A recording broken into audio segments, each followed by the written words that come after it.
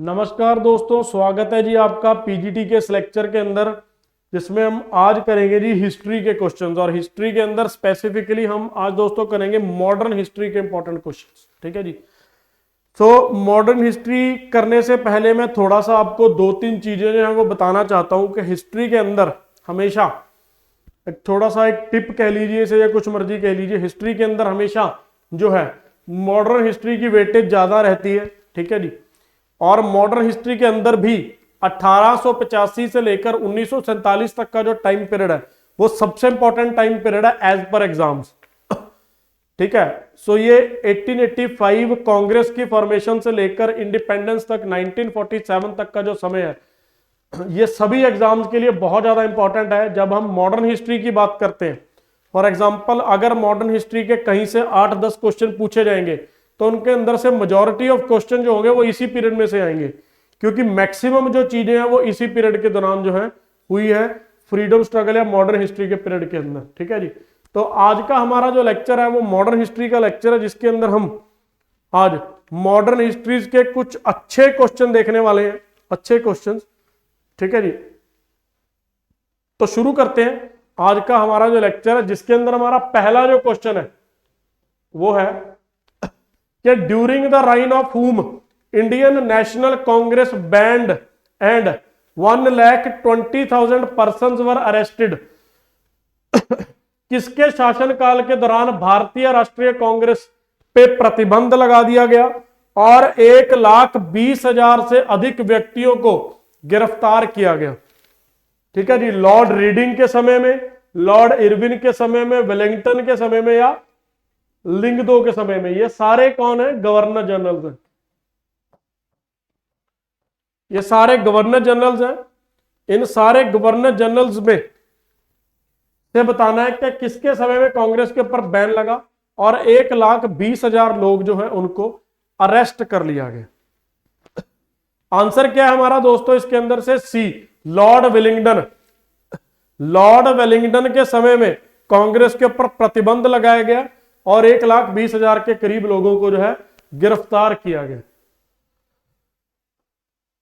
Next हमारा question है जी, Delhi become the capital of India.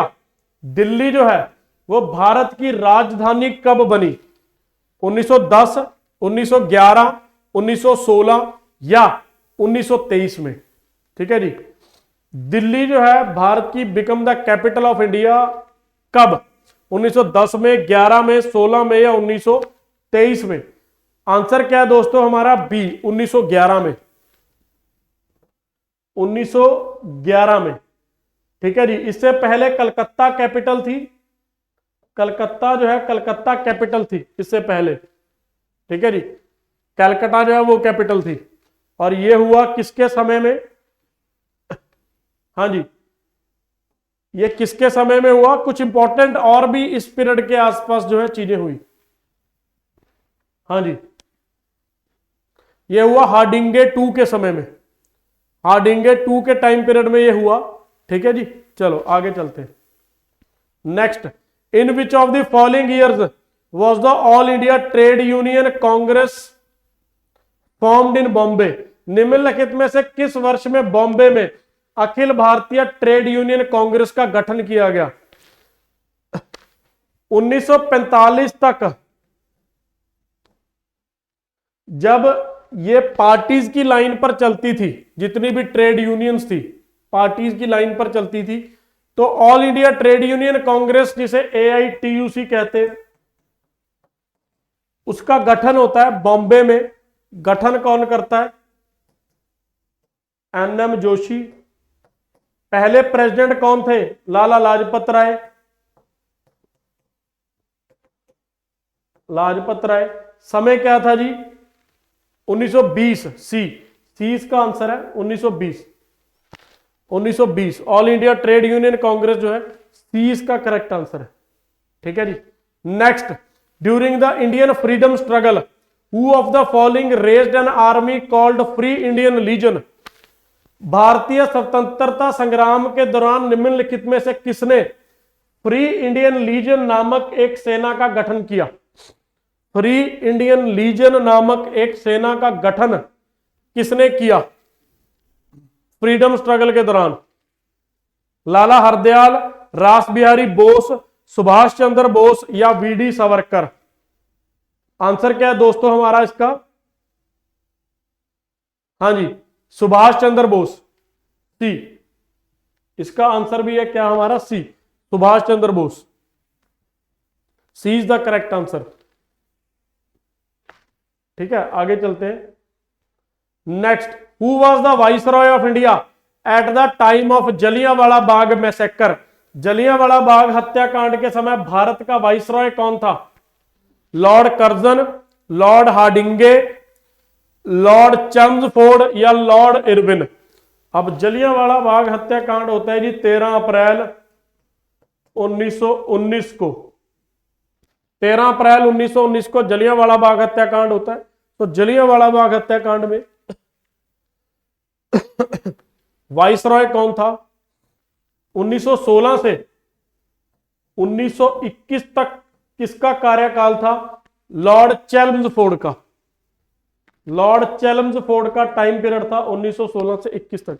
इन्हीं के टाइम पीरियड में रोल्ट एक्ट आया, इन्हीं के टाइम पीरियड में खिलाफत मूवमेंट शुरू हुई, इन्हीं के टाइम पीरियड में मोपला रिबिलियन हुआ केरला के अंदर, इन्हीं के टाइम पीरियड में मॉन्टेग चेम्सफोर्ड रिफॉर्म्स आए, गवर्नमेंट ऑफ इंडिया एक्ट 1919 बना। तो ये सारे लॉर्ड चेम्सफोर्ड के समय में हुए। ठीक है जी, खेड़ा सत्याग्रह, ठीक है जी, चंपारण सत्याग्रह, तो ये सारे जो है इन्हीं के टाइम पीरियड में हुए। नेक्स्ट, अब हमारे पास यहां पर कुछ स्टेटमेंट्स हैं जिनके बारे में हमें बताना है। ये स्टेटमेंट्स है परमानेंट सेटलमेंट ऑफ बंगाल, जो जिसको इंट्रोड्यूस किया था कॉर्नवालिस ने। कॉर्नवालिस ने। अब अंग्रेजों ने यहां पर 3 लैंड रेवेन्यू सिस्टम चलाए बड़े, जिनके अंदर से एक था परमानेंट सेटलमेंट, ठीक है, जिसे जमींदारी सिस्टम भी कहा जाता था। ये बंगाल के अंदर चलाया गया बाय कॉर्नवालिस। दूसरा था रेवतवाड़ी सिस्टम और तीसरा था महलवाड़ी सिस्टम। ये 3 थे। तो यहां पर बात हो रही है परमानेंट सेटलमेंट ऑफ बंगाल या जमींदारी सिस्टम की। तो यहां पर 3 स्टेटमेंट्स हैं, इनके अंदर से बताना है करेक्ट स्टेटमेंट्स कौन सी है। पहली है कि इसके अंदर जो पीजेंट थे, किसान थे, उनको जमींदारों की दया पर छोड़ दिया जाता था। क्या ये करेक्ट स्टेटमेंट है? दूसरा, जो जमींदार हैं उनको ईस्ट इंडिया कंपनी का सहयोगी एली बना दिया जाता था, सहयोगी बनाया जाता था। तीसरा, इस प्रणाली ने एक स्टेबल इनकम दी ईस्ट इंडिया कंपनी को। तो इनके तीनों के अंदर से बताना है कि कितनी स्टेटमेंट जो है करेक्ट है। आंसर क्या है हमारा इसके अंदर से? सी, तीनों ही स्टेटमेंट जो है वो करेक्ट है। तीनों ही स्टेटमेंट जो है वो करेक्ट है। परमानेंट सेटलमेंट के अंदर यही था, 90% जो कर है वो ब्रिटिशर्स के पास जाता था, 10% जो है वो रहता था जमींदार के पास। ये लागू किया गया बंगाल के अंदर।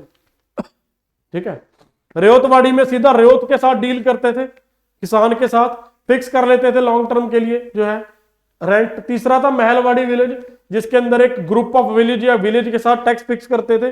टैक्स का नाम था भाईचारा, ग्रुप ऑफ विलेजेस को कहा जाता था महल। सॉरी, जो महलवाड़ी सिस्टम है वो दिखाया गया लगान मूवी के अंदर। लगान मूवी के अंदर महलवाड़ी सिस्टम के ऊपर बनी हुई मूवी है वो। ठीक है जी। Next, the first Englishman to preside over a Congress session, Congress सत्र की अध्यक्षता करने वाले पहले अंग्रेज कौन थे? जॉर्ज यूल थे, लॉर्ड डफरिन थे, वेडरबर्न थे या इनमें से कोई भी नहीं थे? कांग्रेस सत्र की अध्यक्षता करने वाले पहले अंग्रेज कौन थे? आंसर क्या जी हमारा? ए, जॉर्ज यूल। जॉर्ज यूल जो है ये पहले टोटल 4 रहे हैं अंग्रेज, मतलब बाहर के बंदे टोटल 4 रहे हैं कांग्रेस के, जो नॉन इंडियन प्रेसिडेंट बने हैं। ठीक है जी, जिनके अंदर से जॉर्ज यूल भी थे। A is the correct answer. Next, the universities of Calcutta, Bombay and Madras were established as the outcome of which of the following? अब कलकत्ता, बॉम्बे और मद्रास विश्वविद्यालय को किसकी रिपोर्ट के रिकमेंडेशन में के बाद जो है आउटकम के रूप में एस्टैब्लिश किया गया? क्या हंटर कमेटी ने रिकमेंड किया था, चार्ल्स वुड डिस्पैच ने, वुड्स रिपोर्ट ने किया था, इंडियन यूनिवर्सिटीज एक्ट ने किया था, या हार्टोग कमेटी ने किया था,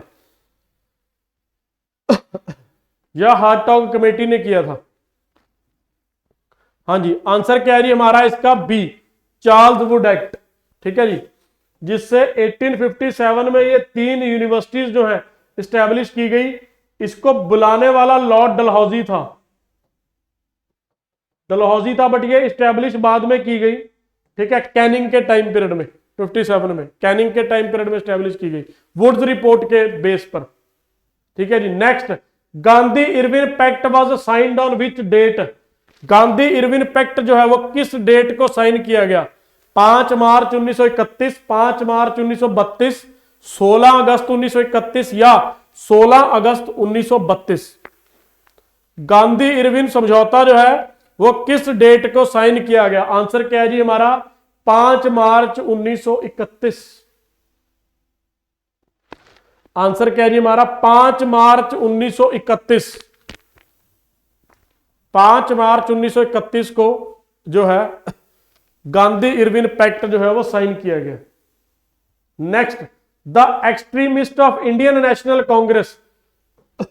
इंडियन नेशनल कांग्रेस का जो गर्म दल था, इंडियन नेशनल कांग्रेस का जो गर्म दल था, वो 1907 का जो कांग्रेस का सेशन था वो कहां पर रखना चाहता था? रखा कहां गया था? सूरत में। रखा कहां गया था? सूरत में। बट जो एक्सट्रीमिस्ट विंग था उनकी 2 मेन डिमांड्स थी कि एक तो रास बिहारी घोष जो है वो प्रेसिडेंट ना बने, दूसरा इनका वेन्यू जो है वो एक्सट्रीमिस्ट के हिसाब से हो। और 1907 में कांग्रेस स्प्लिट हो गई 2 डायरेक्शंस में, एक्सट्रीमिस्ट का विंग अलग बन गया, मॉडरेट्स का विंग अलग बन गया। तो ये 1907 का सेशन कौन से शहर में आयोजित करना चाहते थे एक्सट्रीमिस्ट जो है? आंसर क्या है? नागपुर। आंसर क्या है जी? नागपुर। नागपुर में चाहते थे, बट हुआ कहां? सूरत में। ठीक है जी, गरम दलीय चाहते थे। गरम दल के अंदर मेन क्या थे? लाल बाल पाल। लाल बाल पाल। ठीक है जी, लाल बाल पाल। लाल बाल पाल मेन थे, लाला लाजपत राय, विपिन चंद्र पाल। ठीक है जी, और बाल गंगाधर तिलक। आगे चलते हैं। नेक्स्ट, विच बुक्स ऑथर्ड बाय बाल गंगाधर तिलक? बाल गंगाधर तिलक ने कौन सी पुस्तकें लिखी हैं इनमें से? यहां पर 3 पुस्तकें हमारे सामने, कर्मयोग शास्त्र, द ओरियन और the Arctic home in the Vedas. Arctic home in the Vedas, the Orion, कर्मयोग शास्त्र। इनमें से कितने किताबों के रचयिता या जो लेखक हैं वो बीजी तिलक, बाल गंगाधर तिलक हैं? आंसर क्या है जी? D, 1, 2 and 3। तीनों के जो लेखक हैं वो बाल गंगाधर तिलक हैं। इसके अंदर इन्होंने आर्यन की थ्योरी को मेंशन किया हुआ है, जिसमें इन्होंने कहा कि आर्यन जो है वो तिब्बत से आए हैं। ठीक है जी, next, which among the educational commission focused mainly on primary and secondary education? बहुत सारे अंग्रेज एजुकेशन कमीशन यहां पर लेकर आते रहे हैं, तो उनमें से ऐसा कौन सा कमीशन था जिसने कहा, जिसका मेनली जो सोल फोकस था वो प्राइमरी और सेकेंडरी एजुकेशन के ऊपर था, केंद्रित था? ठीक है, Hunter commission, Wood's dispatch, Macaulay's minute, या 1913 का एजुकेशन का रेजोल्यूशन? हाँ जी, आंसर क्या है जी हमारा? ए, हंटर कमीशन। हंटर आयोग या हंटर कमीशन जो था उसका मेनली फोकस जो है प्राइमरी और सेकेंडरी एजुकेशन था।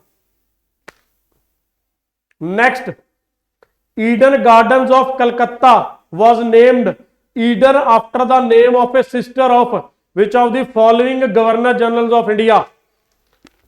कलकत्ता का ईडन गार्डन दुनिया का one of the biggest stadium है क्रिकेट का।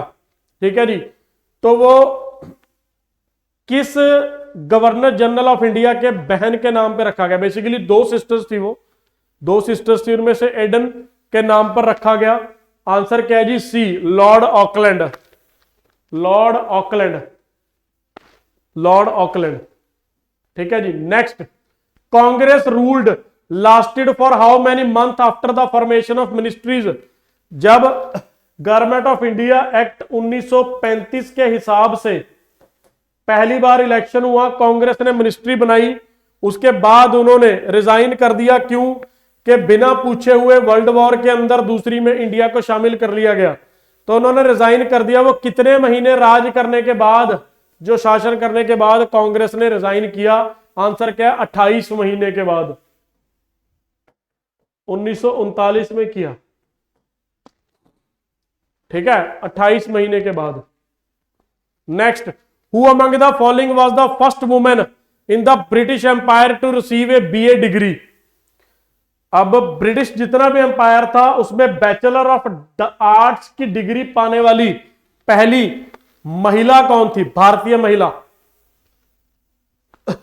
विद्याबेन शाह, रेणुका रे, रामादेवी चौधरी या कदम्बिनी गांगुली? कदम्बिनी गांगुली। आंसर क्या है हमारा? D, Kadambini Ganguly, bachelor of arts. ठीक है जी। तो दोस्तों ये थे हमारे हिस्ट्री के कुछ क्वेश्चंस। ठीक है, मैं उम्मीद करता हूं आपको क्वेश्चन जो है वो बहुत अच्छे लगे होंगे। ऐसे ही और क्वेश्चंस लेकर हम मिलते रहेंगे। तो धन्यवाद दोस्तों, शुक्रिया जी।